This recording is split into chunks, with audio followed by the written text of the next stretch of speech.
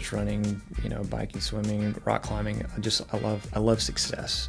I mean, like the constant chase of success and trying to find perfection.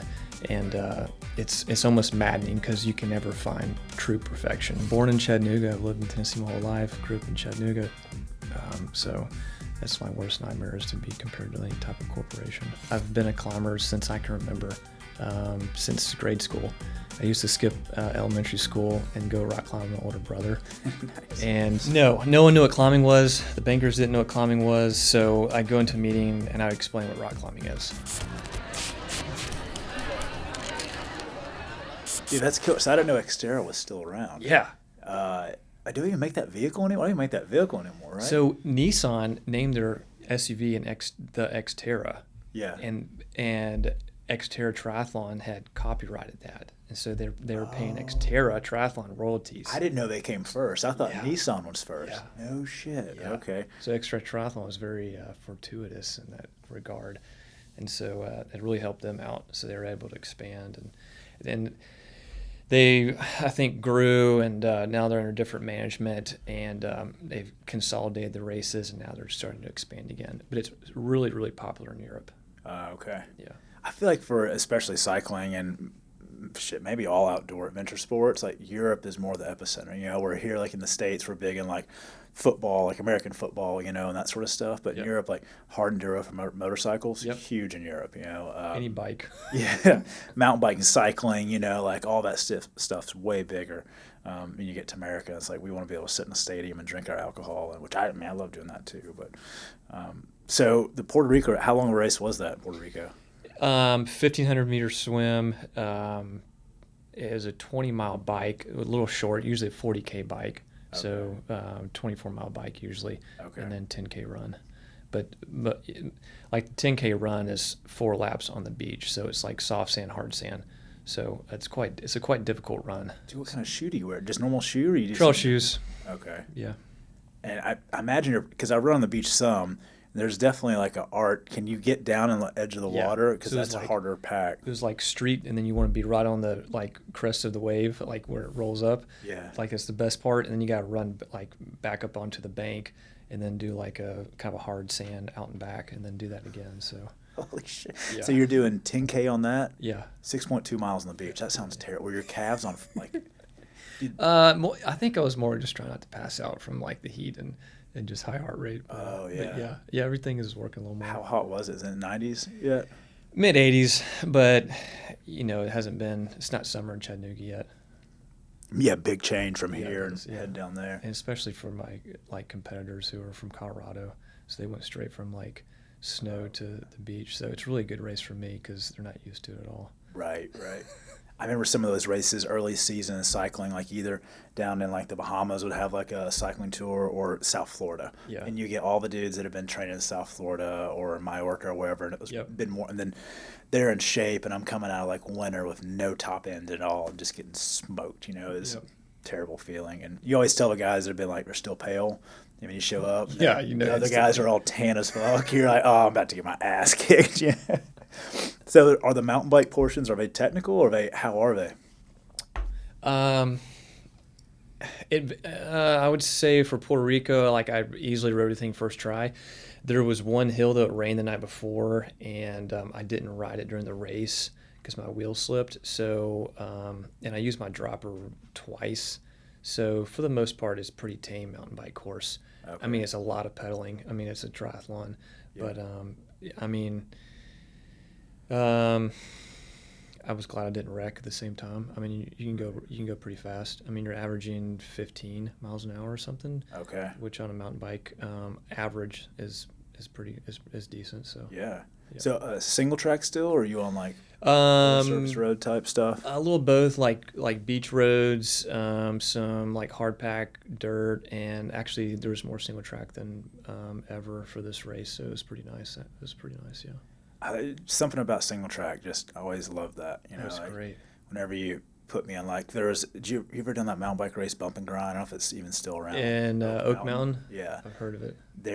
I've ridden a lot of the same course for the Xterra out there. So you probably like the down low. It's single track usually, and then there's Blood Rock, and this is from the old days. I don't know if it's changed much. Still there. And then there's that long ass gravel grinding road all the way to the top. It's just fucking miserable. And I hated that part, dude. I would be so demoralized. I get on that road, and then you get a little bit of redemption down Blood Rock. It was like actual kind of technical single track and fun. But I enjoy suffering more on single track. I don't know what it is, but I'd rather be there than out in a big road. Same. It makes suffering harder for me. I don't get it. Although I do love like the road climbs around, but single track's the best. Yeah. All right, well, typically, like, these guys have been trying to talk me into like openings on these podcasts, and I've gone back and forth because sometimes I do an opening, introduce a guest, and then it kind of feels like I'm on a talk show, and like someone's gonna be yelling like, "Yeah, welcome," and then someone's gonna be, Jerry. Yeah. So I haven't really been doing introductions. You are not the father. Yes. You gotta do like a victory dance around the room,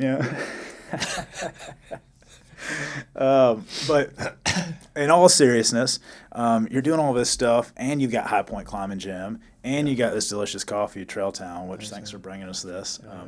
For everyone that might be listening or watching, John texted me this morning and was like, "Hey man, you want me to bring you guys some coffee from Trail Town?" And I sent a photo back with like me sitting at Trail Town eating one of your delicious sandwiches with a coffee right there. I'm like, yeah, absolutely. I'm already here, a step ahead of you, but you got all this stuff going in your racing. I thought today I don't know, it's been like 10, 12 years since you started High Point. Yeah, 12 years now, yeah. I'd love to, I don't know, kind of tell the story because pretty wild. Like when I met you and Johnny, I think it's through cycling, right? And then I love to hear like some of the early days, like even you and Johnny, that whole story is super cool. You know, like you guys really did something awesome with High Point. And I was thinking about, we kind of touched base again last week, or a couple weeks ago. And I'm like, I want to talk about some of like the origins of it to where it is now because it's grown so much, and things like when you guys built this first gym here, like you did a lot of radical, really cool shit like that exterior wall. Yeah. Like that thing. So many other businesses I see that people just kind of want to do the basics to get by, and I think so many of the climbing gyms in the world that are just like, all right, here's the inside. But then I think about investing all that money on like the exterior steel and that big deck, but it really made it, like I think that really helped you guys make it. So yeah, for sure. I don't know, like from the beginning, when did you and like Johnny, like was it through cycling? And you guys have always ridden together, right? Yeah. Well, how did I meet Johnny? I think I met him at triathlon way back. So yeah, I think sports have like been this thing in my life, my whole life, where I've been able to meet people and keep in touch, and it's kind of been my like I don't know, backbone, so to speak, throughout my life. So yeah, I met a great friend and business partner and investor like way back in high school, and became good friends with his family. Started training with him and his son. His son was like on a USAT, USA Triathlon Development Program. So cool. We're pretty active competing with like USA Triathlon and then also trail running with the race team with Rock Creek. So being in a cool small town, able to make those connections and being introduced to Dawson Wheeler, who in Rock Creek at the time.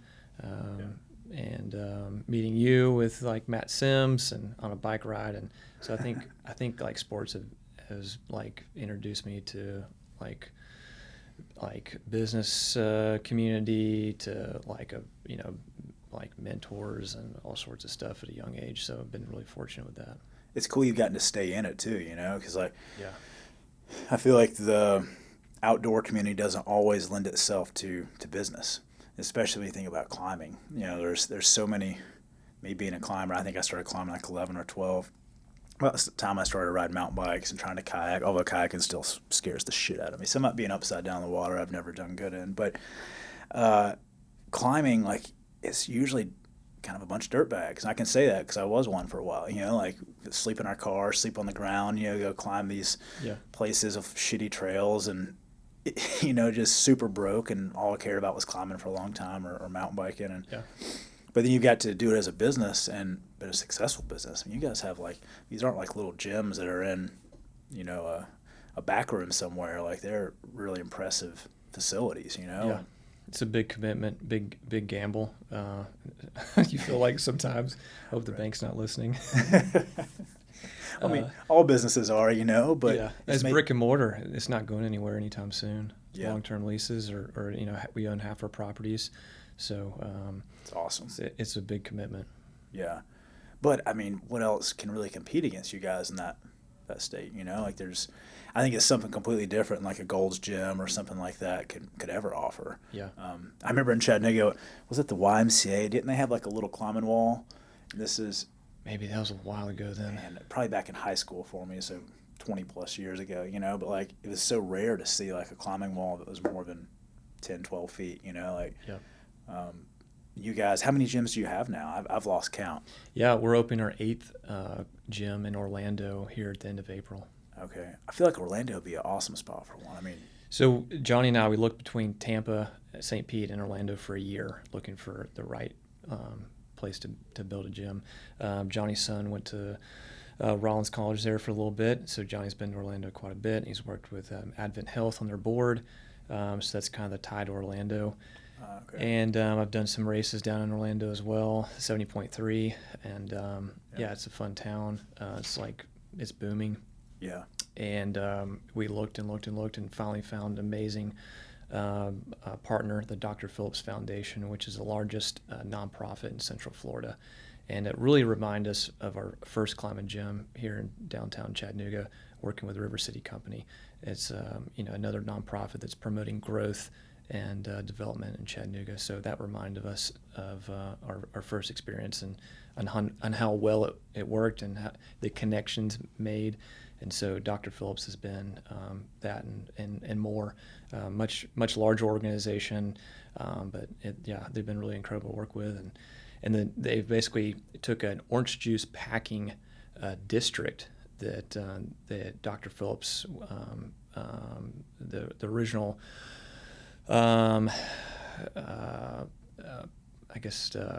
the original person that patented orange juice, like how we drink it today, so you don't taste the metal. And so this was the orange juice packing area. So they've redeveloped all these warehouses. And there's a farm, there's a lake, there's a food hall, new Publix, condos, apartments, townhomes, and now a climbing gym. Damn. You said Publix, so I know it's a nice area. Yeah. Drop the Publix. Yeah. Soft flex. Yeah, dude, that's awesome. So, I mean, I've been through Orlando a lot, and I know there's a lot of good flights in and out of Orlando, and it seems kind of a hub down there. And that, would you call that like Central Florida? I guess it's a little south of Central. I don't know. But what's it like compared to Chattanooga population? I mean, it's quite a bit larger in Chattanooga, isn't it? Oh yeah, much more larger. It reminds me a lot of Huntsville in terms of like economics and medium income and age. So young, affluent town, really. Okay, yeah. I do love St. Pete. I gotta say, St. Pete's one of my favorite towns to go visit. Yeah. But the real estate there has gotten super expensive. I don't know if it's that same way on the commercial side, but I keep looking for I'd love to have a little place, and by little I mean like tiny little place, just try to keep a boat down Florida. And I love St. Pete, but man, you can't find anything affordable there. So I imagine Orlando is probably a little more affordable than St. Pete. It is, yeah. You don't get the ocean view, but it's still an amazing place. Probably safer though, as far as like getting your property destroyed from storms. Cheaper build for sure. Yeah. And we can go. We need like 60-foot building to for indoor climbing, because we want about 52 feet inside, so we can have a speed competition wall, which is 15 meters, 49 feet. So we look for about a space where we can at least do a roof elevation to 52 feet. So we have that in Orlando. So we leased a long-term lease on a 49,000 square foot warehouse for a climbing gym there. It's going to be the largest in the Southeast. Man. And High Point's biggest for sure. Wow, dude, that's huge. Yeah. I mean, the largest in the whole country. Is it still the one in Atlanta? Is that still or is it even still around? What was that place called? It will be bigger than Stone Summit, which is now Central Rock. Oh, okay. Yeah. Man, so that's awesome. Yeah. I mean, where else do we have to go climb down there? You know, like we're pretty much getting on a flight to Chattanooga, right? That's probably the closest, or North Carolina maybe. Yeah, a lot of weekend warriors coming north for sure. But yeah, there's a lot of gyms there in Florida now. Actually, the Florida climbing community is growing and growing, and we're gonna be able to offer like we call a full scale gym where you have rope climbing. We also always put a kids area in our facilities. So we, kind of compartmentalize. So, like you can have the adult space where it's kind of cool, calm, and collective, you hope at least. And you have, like a kids area where you can, scream and be a kid and you're not bothering anybody. Yeah. And we also have a large bouldering area there too. I know we still got screamers bouldering though, right? Oh, for sure. Yeah. And rope climbing. Yeah, and rope climbing, full on screamers. Yeah. So I'm so curious, like whenever you were working with Johnny, like did you pitch this idea to Johnny? Like back in the it depends on who you ask. I switched majors. I was pre-dent in college at UTC. I switched to entrepreneurship. I've kind of been an entrepreneur my whole life. I just didn't realize it. Just like mowing the grass. I'd mow my yard, and then the neighbors would be like, "Hey, we'll pay you to mow like ours, like my mother's yard." And be like, "Sure, I'll mow your yard, the next yard. Like I need to make some money so I can go to the climbing gym." That was my whole idea. Yeah. So I think just from a kid early on, I've just been a serial entrepreneur, and met John O'Brien, my business partner, and like worked for him, mowed his yard, and trained with him and his family, and had a great time, and ended up going into business with him, and now he's like more of an investor role, and heading up development for new facilities, but great relationship, a very unique relationship. Introduced him to rock climbing because he was into triathlons. Oh, that's right. Yeah. He was looking for like something like an alternative fitness to do in the off season. So took him to which was Urban Rocks at the time. Oh, that's right. Amical Highway. Yeah. Which we ended up purchasing, and that was our second facility, rebranded at our High Point Riverside location. That's right.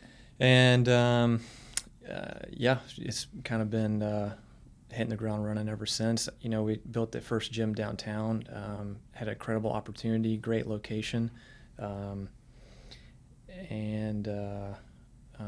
it was probably our most complicated build because we had to dig a pit inside, underneath the parking garage. Then also we have this outdoor wall that's pretty unique. So back in 2013, it was probably one of the top 10 largest climbing gyms in the world. 12 years later, it's basically a middle-sized climbing gym. Oh, wow, there's been that much development worldwide. Absolutely, yeah. But yeah, it's still one of our best facilities. It's continue to keep growing, but I still love where we came from. Yeah. So I remember we were trying to part of the River City thing. I mean, that outside wall alone, that was damn near close to $1 million for that build, wasn't it? Yeah, we're really fortunate. We actually received 2 grants to help make that happen. Ben Wood and Lyndhurst Foundation kicked in. Oh, wow. To help us with that. We're trying to reuse this old movie theater that nobody could really do anything with, and River City Company believed in us to beautify downtown with this outdoor climbing wall and reuse the space. So we actually got some great recognition for reusing the old Bijou Theater. It sounds like it's kind of a strategy now. I mean, because it seems like it's working the same way in Orlando, which is, it's a cool business idea because you kind of look to come in and help a city out, of course, but then you're getting help in return to even develop it, which I imagine you got to offset some of this capital expenditure because, Orlando's 49,000 square feet. That's a big build out. Yeah. That's a great idea, though. Because if you're to try to build it and do it all on your own, it'd be, what, 10 million plus, probably pretty easily. It's a lot of big numbers. It's kind of like Monopoly money. But yeah, Orlando's another big reuse project. We're taking this old loading dock and converting it to a climbing gym, doing a 12,000 foot roof elevation. So yeah, it's a big project. Man, that's awesome. That whenever you were pitching this idea originally 12 years ago, did you ever think it would turn into this? No one knew what climbing was. The bankers didn't know what climbing was. So I'd go into a meeting and I'd explain what rock climbing is. And so it'd be like, how would you explain that? Do you have like videos or so photos? What's a rope and what's bouldering and what's an auto belay and how are you going to do this and that? And, they just kind of look at you and you're like, oh, okay. And then, then to get an investor to come in and put down a lot of capital in order to get a loan, the requirements are really stringent. So now that's backed off a lot. They've seen a successful business model. We have a great brand. Climbing's got a lot of international attention, being the Olympics now twice. So things are much easier. So now when I go into like a bank meeting to ask for a loan, they know what rock climbing is. They've seen it on ESPN. Right. Maybe even one of their kids is on a team. Right. So it's much easier than it was. Yeah, that had to have been hard to build like a pro forma back then for the first one. Yeah, for sure. I was for sure guessing at the pro forma.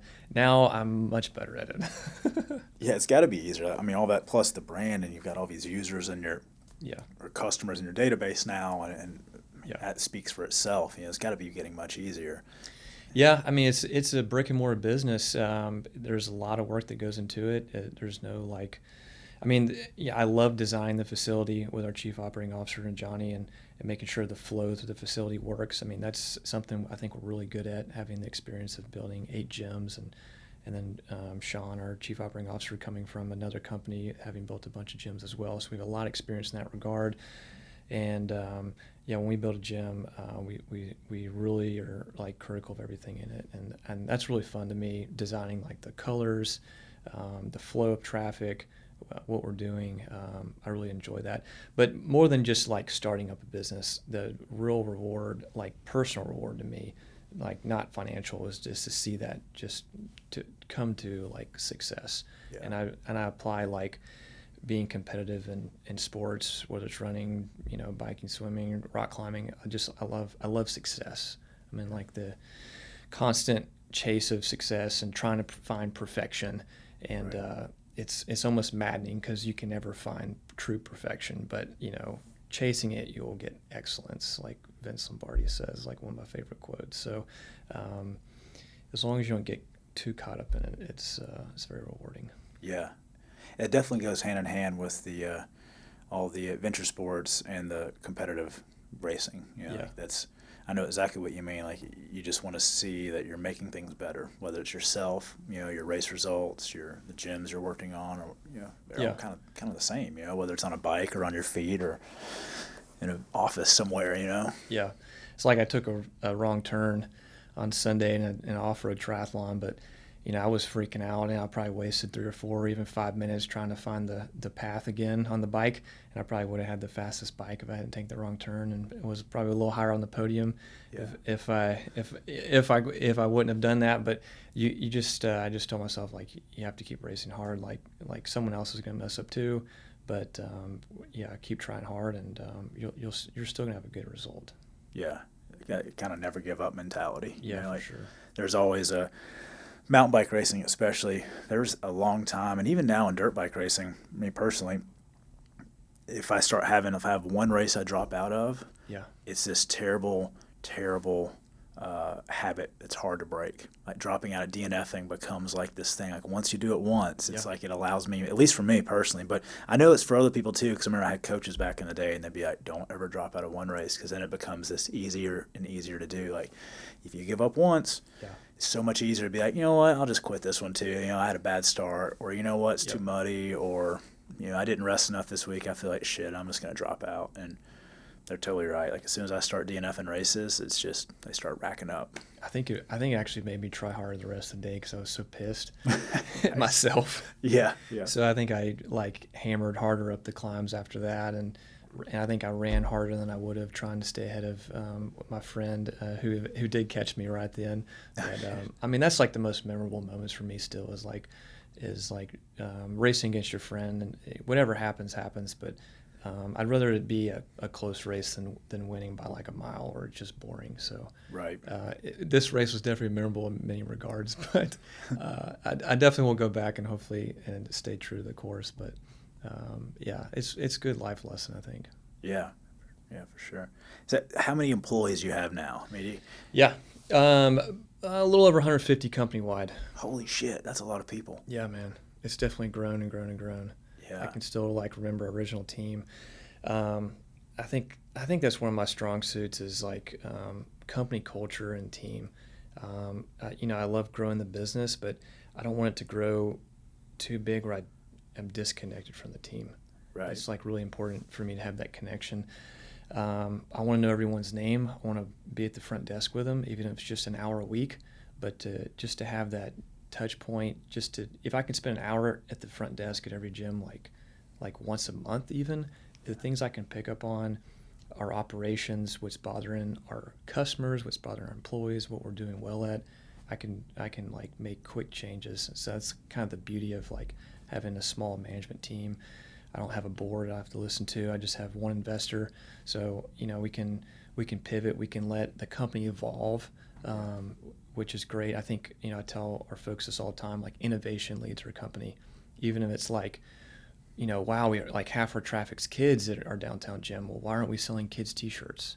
Like 12 years later, we're finally selling like kids graphics, not just small sizes, but like kids graphics. Right. And so, just things like that, letting the culture, letting new ideas come up, like being on the front line with your employees, supporting them, and them seeing like their voices are actually making a difference. And here's the owner, here's the president of the company, like handing out rental shoes, or like the coffee shop opens and our chief operating officer is like cleaning the toilet, or it's like Johnny's come to the gym and opening in Huntsville and he's cleaning the toilet. I mean, for employees to see that and know like, hey, this company is like genuine, that goes a long way. And then your employees feel invested and part of the team, and then they're gonna like work hard for you. Yeah.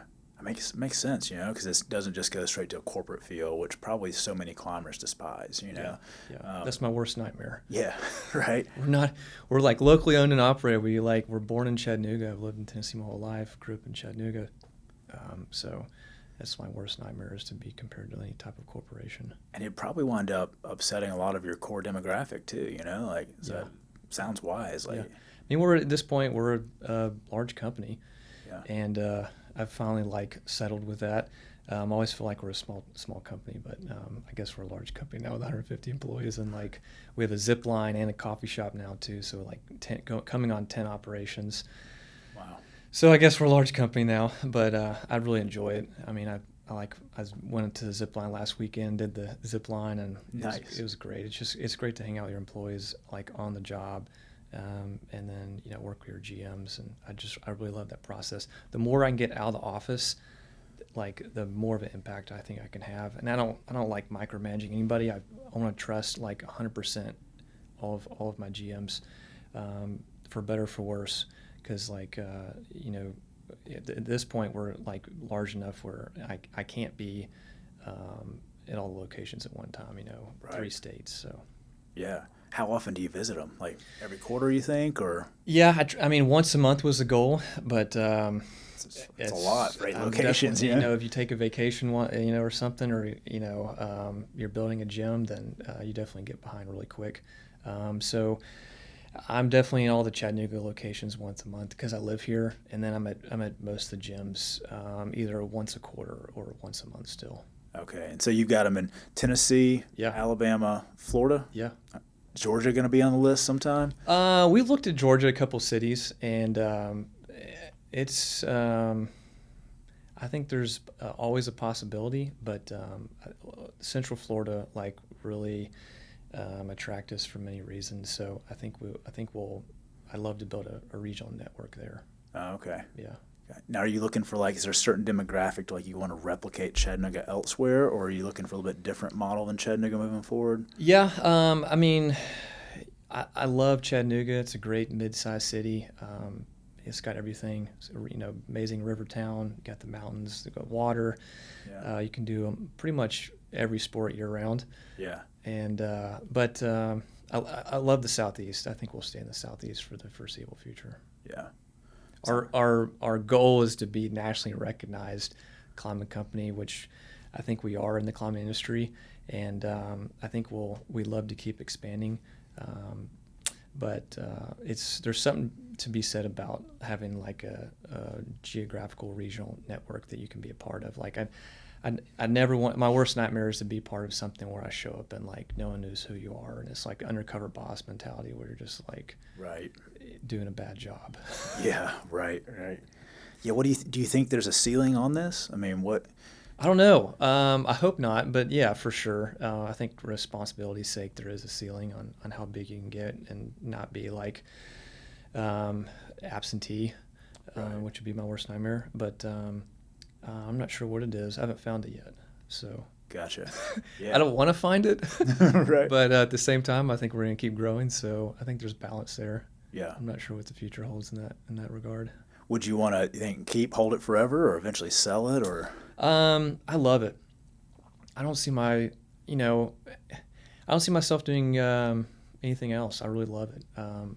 I've been a climber since I can remember, since grade school. I used to skip elementary school and go rock climb with my older brother. Nice. And I still rock climb this day. I love it so much, so I couldn't imagine doing anything else. You got any projects right now climbing? All the time. Yeah. What do you got? Rope or a boulder? Or for sure, everything. I really love sport climbing right now. I just go through phases of bouldering, sport climbing, trad climbing.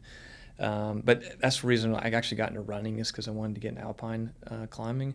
But here in the Southeast, if you don't, I don't think if you grow up, like snow traveling and ice climbing, then you're really like kind of an underdog.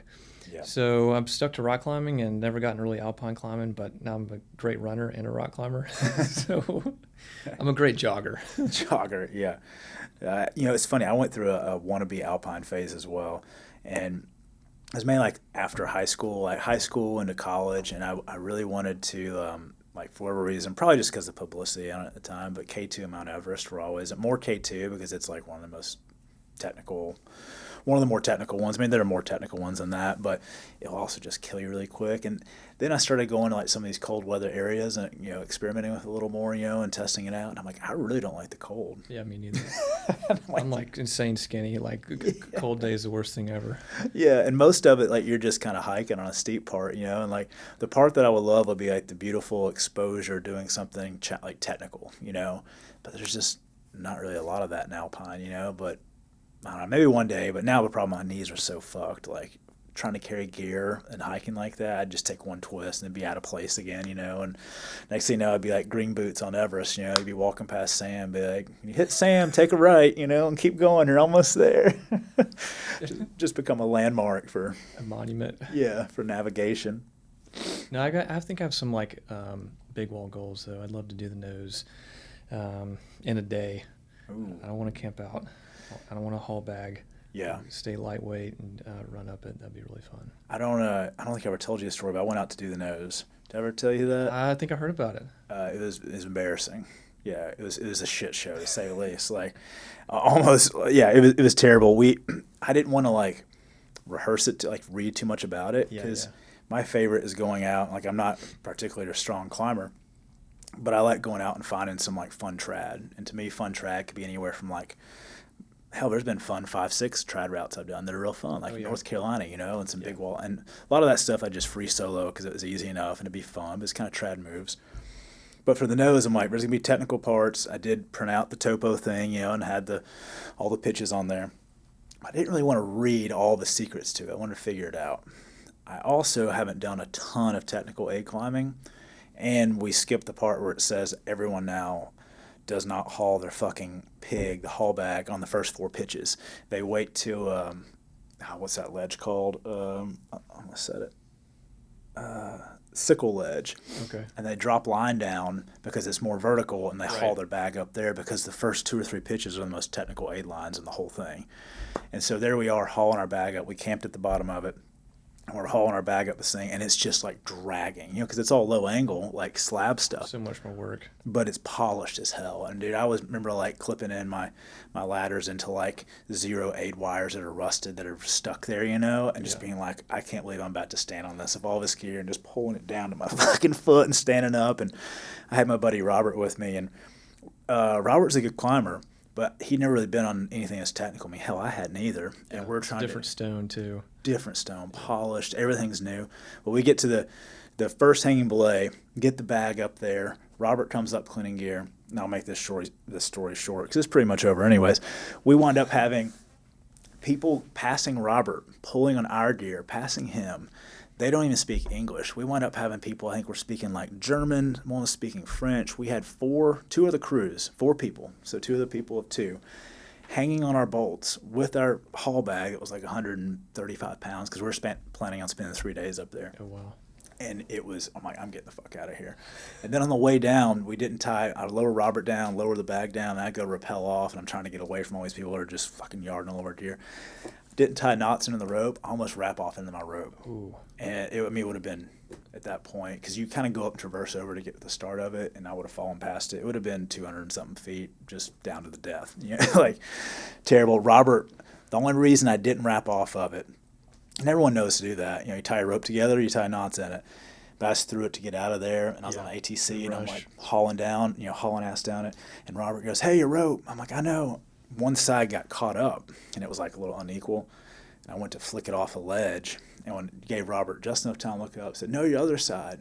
And I looked to my left, and I had like that much left. Oh man, that's a nightmare. It makes my hands sweat thinking about it, dude. It'd have been like the dumbest death ever. Like, everyone made fun of me, being like, "Man, Sam's a dumb." I would have made fun of me. I would have been wherever I was in afterlife, being like, "Dumbass, that's stupid." It's a good learning experience. So we did not go back. We left. We went to Tuolumne Meadows, and we climbed some scary run-out 5.9 trad that scared the shit out of me. I was going to ask what was more scary.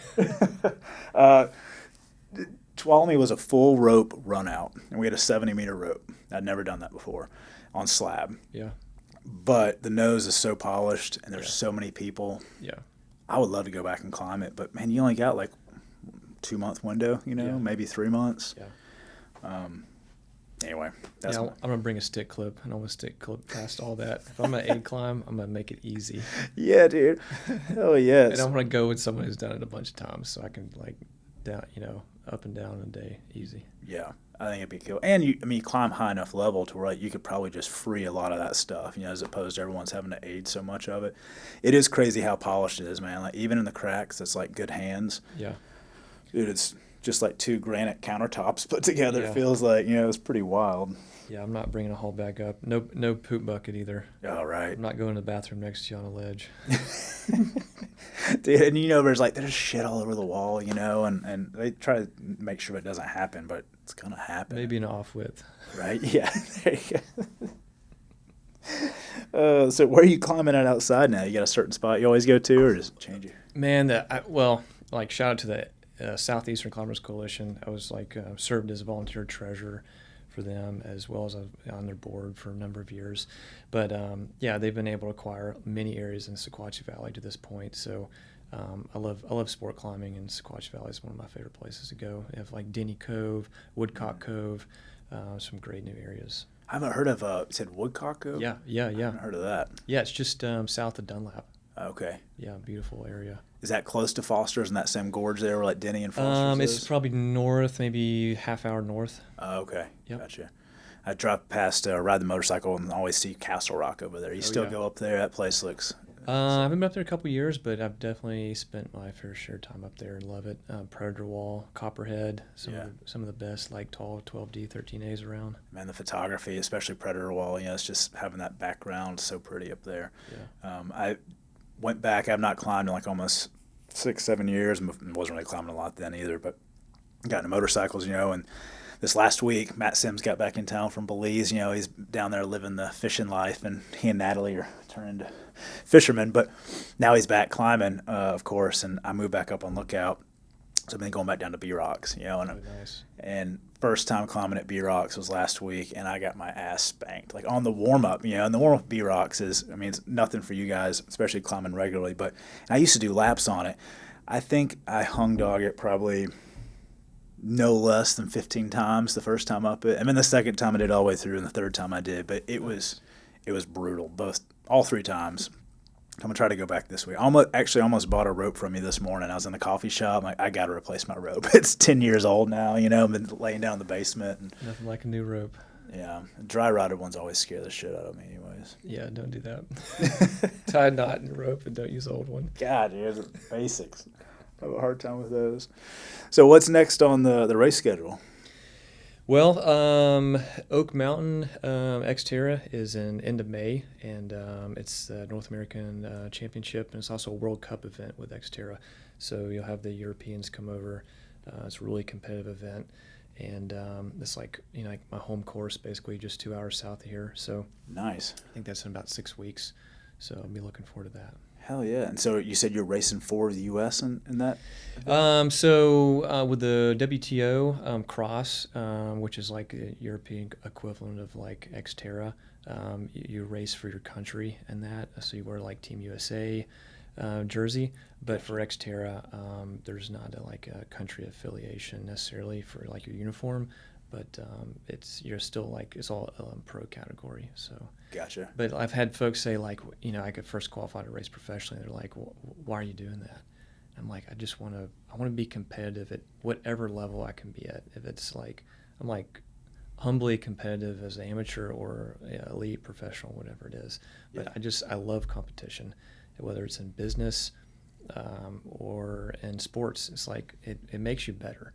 Yeah. So it's like I didn't grow up swimming, so I've had to like really focus on it in order to like hang on to the end of the like pro field on the swim, so I can at least like try to catch them on the bike.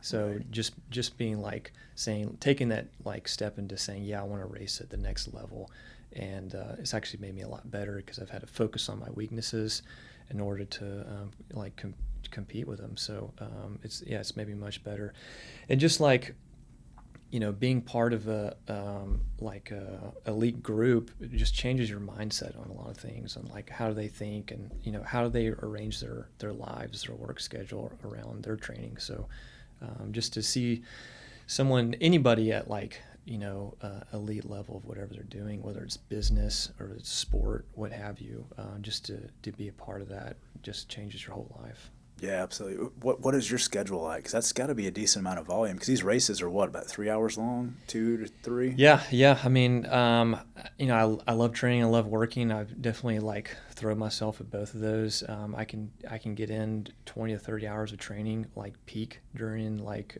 my season for like triathlon. Damn, that's pretty impressive. Each week, 20, 30 hours a week, and still working like 40 to 50 or even 60 hours a week. So you doing morning workouts or twice a day, or 6 a.m. swim, 6 p.m. run or bike. Damn. Yeah. How long are your swims? Swim with the Masters, so it's about an hour and 15. And that's in the pool typically? Yeah. Dude, that sounds terrible. That's not that bad. I've tried pool swimming, and I suck at swimming too. That's always been the worst thing. Yeah. But and I pretty much am only even like decent, and I wouldn't even use decent, but basically don't drown with a wetsuit on. But as soon as you take the wetsuit off, like I'm trash at swimming. It's actually great training for climbing as well, but it kills your skin. Obviously, you lose your calluses, but short of that, it's actually pretty good training for.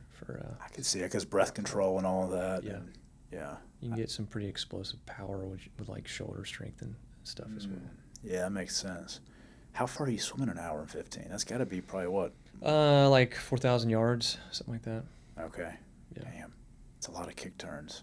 Yeah, it is. Do you guys wear music? Is that a thing in the pool? Oh, yeah. They got music going, yeah. Yeah. And so you got like music in? No, just playing on like the pool deck. Oh, you can hear it though in your swim? Yeah. I usually like interval workouts and stuff. Okay. Yeah. But you're like pretty much nonstop 115, or you like doing intervals and stopping and then? Yeah, intervals and stopping and stuff like that. Yeah. Gotcha. You definitely are not a swimmer. No.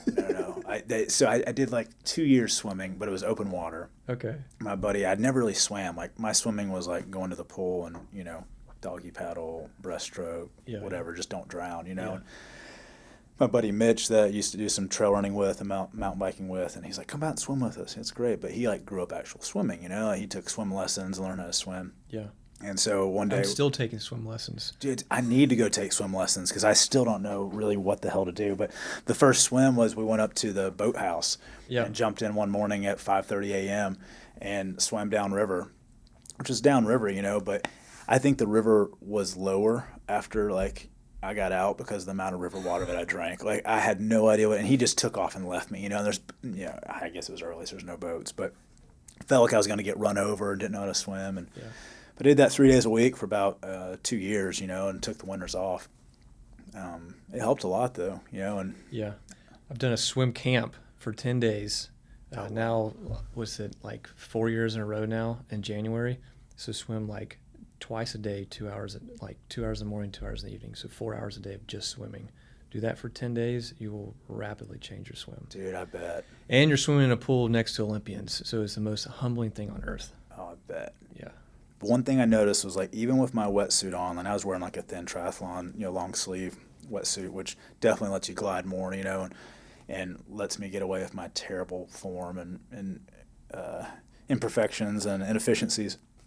And I would have real swimmers like yourself and other people come out with like just no wetsuit, Speedo or whatever, and just drop my ass like I was sitting still, and they're just cruising.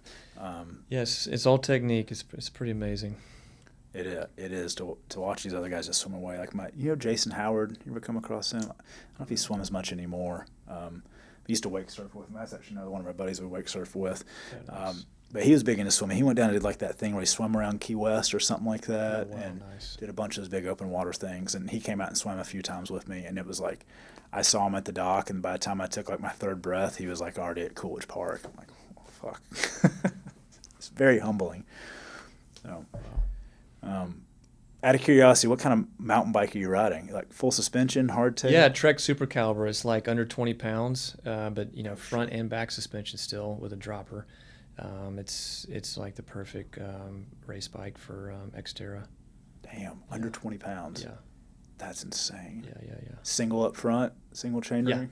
Okay. 12 speed or something in the back? Yeah, exactly. All this shit's changed so much. I've been so far out of it. Yep. I'm starting to get back into it. Full carbon bike, yeah.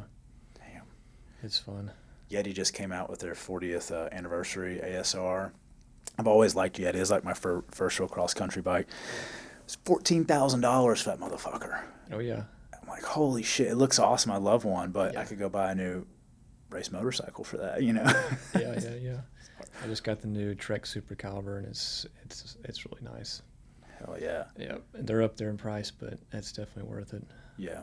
Well, I'd say we have to get out and ride sometime, but you'd be like, Sam, you suck, dude. Terrible. No, that's the thing about the more I've like progressed in triathlon, like easy days are extremely important. Like heart rate under 120. It's interesting if you're on Strava. It's like this sort of addictive program on social media where you can see everyone else's workouts. Yeah. But people will post like easy run, and they're really obsessed with their averages. Yeah. And if you look at their heart rate, you know it's not an easy run. It's like they don't know what they're doing. Right. Because I'm like, if you're doing an easy run, you got to be under 120. So like to go out and train with like a Red Bull athlete, they will be running. They're going to run like a 2:35 marathon in an Ironman to win like the Australian Ironman. Holy shit. Yeah, Daniel Bakkegaard. I've trained with him like 2 years in a row. He will go out and run 9-minute miles. How many of them?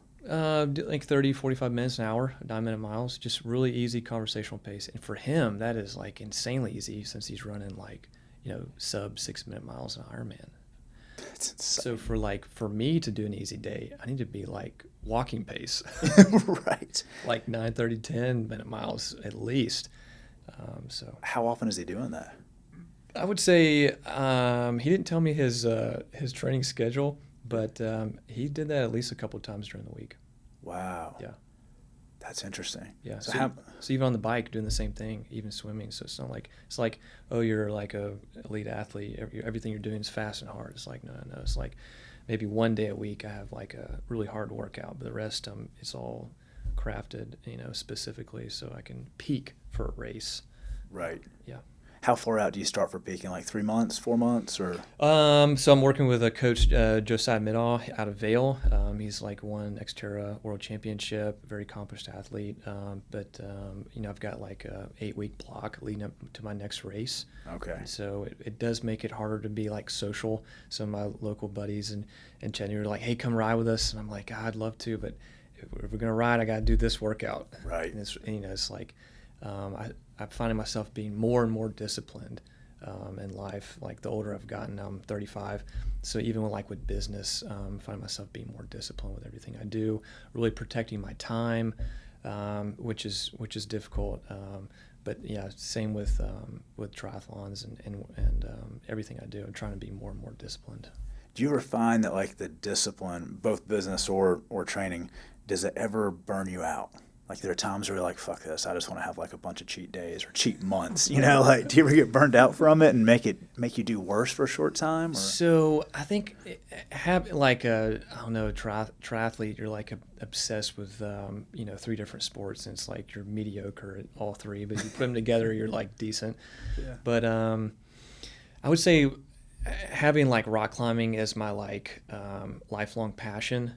If ever I find myself getting like tired of like semi swim biking or running, I always go back to rock climbing. I've never found myself like burnt out of rock climbing. So in the off season in Chattanooga, it's colder in Chattanooga, like October through February, which is the best time to rock climb. So I usually take a break from like racing professional triathlon and start rock climbing a lot more. So I cut my training in half or more. Yeah. Or even maybe go a month without running or something, and just really enjoy rock climbing and call my old friends back up and say, hey, let's get out and go rock climbing. Yeah. So having something I can sort of disconnect from, like my like regular routine and pick up again, I find like fulfillment in that, and it clears my head, and I'm able to like start the season again for triathlon with like renewed attitude. Yeah. But for business, that's different. Right, you can't. Yeah. But I think like opening a coffee shop up after doing like 7 gyms, and then having the opportunity to open like Trailtown Coffee up next to our downtown gym. Our members said it's like the one thing we didn't know we needed. Yeah, yeah. So we did like a pass-through door to go to the gym from the coffee shop, which the 2 operators beforehand never did. And we've been really inclusive with our climbing community and like the business community for downtown. Yeah. But our amazing GM was like asking me questions. What should we do for employee like uniforms? And I was like, what would the coolest coffee shop in Chattanooga do? I want to do that. She was like, well, we would let's wear the T-shirts we're selling. All the staff love the T-shirts. I was like, great. Yeah. And then they're like, hey, we love the gym shirts. Let's wear the climbing gym shirts. I'm like, no problem. Yeah. So I think we've had like the ability to not get stressed over numbers, so to speak, and just be like, let's do what everybody would enjoy. Yeah. I think there's something to that. If you can keep it fun, then you can still have discipline and still have like regimen and that sort of thing, but then you got to have a way to have fun somehow, so it doesn't just lose its luster. Yep. And it's the excitement. Yeah. Definitely done a great job with the coffee shops. I was talking earlier, like the sandwiches and all that stuff you got, like it's and it seems like a perfect fit, and all the little businesses around there are flooding in there, like the logistics companies. I mean, all especially the sales team, caffeinated, probably Adderalled out, everything else. They got to sell a lot of shit. So your shop's always flooded with those people. It's a great fit. Yeah, we're looking forward to the hotels opening up down there. Oh yeah. And I think we're going to see Broad Street have like a new era. Got some new businesses coming in. And really happy to be part of it now for 12 years with the gym, and in July will be 1 year with the coffee shop. So really enjoyed being on Broad Street, and it's kind of snowballed, all the other facilities into what they are as well. I've kind of just kept spreading that like rock climbing Chattanooga passion throughout the Southeast. Yeah, it's awesome to see, and I agree with you because I know Big River's getting. They're doing something there. New retailers coming in there. Yeah. So, and that hotel where right beside the movie theater. Yeah. That's going to be big. Yeah. There's a bunch of them. New Embassy Suites is going in. Yeah. All right, so got to ask you to like close this out because there's never really a good spot to like close it out. And we can keep talking shit too. But I do have some questions. Is there one climb that stands out to you? It's like your most memorable climb, whether it was the hardest, most epic, like your proudest send, or maybe biggest fail. I don't know. Is there one that really stands out to you? Oh man, like lifelong climb, my favorite climb ever. Yeah, man, I know it's hard. That's brutal. Yeah. Is there one that stands out for any reason? I would say, man, that's tough. I would say like something at T-Wall, like in the Message Cave, something like that. Okay. Yeah, just something like Prowl that was epic. I mean, yeah, like, like a hard climb I did maybe a month ago kind of stands out as well. But, just something I tried super hard on, and I probably doubted myself I couldn't do it, and I did it. That's what stands out.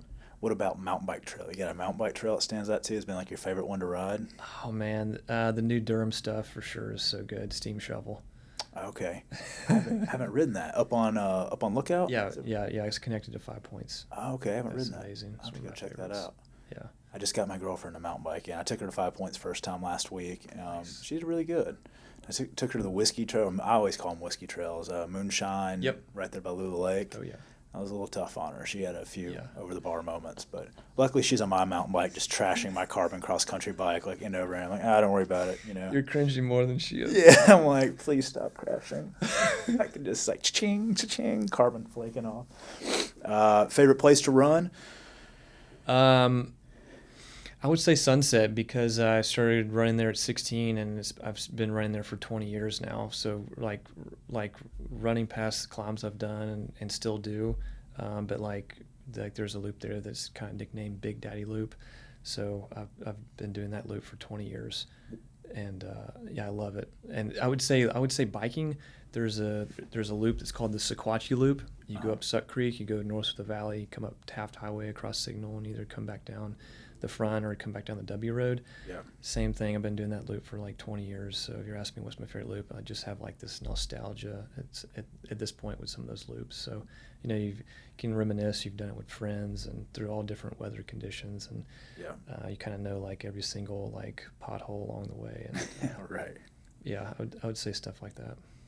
Yeah, those are all great loops. Now, the Big Daddy Loop, what does that consist of? Because I love the Sunset, like the rim trail there. It goes all the way down to Covenant College. Yeah. Are you dropping down John Smart then? Yeah, well, there's like a kind of a dispute about how it really starts in terms of what trails, but basically you park at Craven's house. Okay. And you run to Skyuka Springs Trail, and then you go up John Smart. That's a brutal one going up that thing. Oh, yeah. And then take the Bluff Trail back down to Craven's house. Okay. I'm not supposed to say this, but my favorite mountain bike trail in town is that Sunset Rim Trail. Well, the cool thing is now there's like river to clouds, so you can bike from here on a mountain bike. You take the truck road out, you can go up the top part of John Smart to Covenant College, all legal. Yeah. All the way out to Cloudland Canyon. Yeah, I've heard that. I haven't done that yet. I've just always, from back in the day, like we used to poach all this shit. A lot of it nighttime, and we'd night ride, and we'd go up. Never heard of it. Never heard of poaching? Yeah. That was my favorite stuff. I've still got some. I've mentioned my 40th coming up, and I want to do the whole Cloudland Connector because I haven't done the whole thing yet, and I'm just kind of getting back into mountain biking again. I remember when you were into running, you did some Mullins Cove loops during the race. Remember that? And drank beers every mile. Yeah. What were you doing? Yeah. So, man, that started the night before at Tremont Tavern, I'm pretty sure, and we were all drinking, and we're like, we got this idea, and we're like hammered drunk at midnight. We're like, let's do have you ever done a Rod Dixon race with us where you drink a beer every mile? And no, I would die, dude. I'm good for 2 beers, and then I'm stumbling around. So I always throw up in it. I get to the last mile every time, and it doesn't matter if I'm first or last running, I throw it up. Like if my stomach just can't hold 6 beers, I'm just a little bitch when it comes to that. So, but I still try every time, hoping it'll be different. So we started the idea there, but we had to get the beers out there. And so my buddy Sam Evans and I went out, and we took beers for me, Sam, Hugh Huffaker did it with us, and then my buddy Mitch I mentioned earlier. And we did the 10K.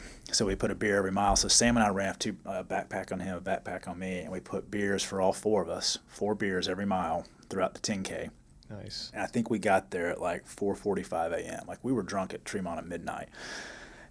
Still probably drunk when we're running the first time to put all the beers out. And then we jumped in. Mitch was the only one that actually registered for the race. So he started the River Gorge race, and then we jumped in down the road just by our car. Yeah.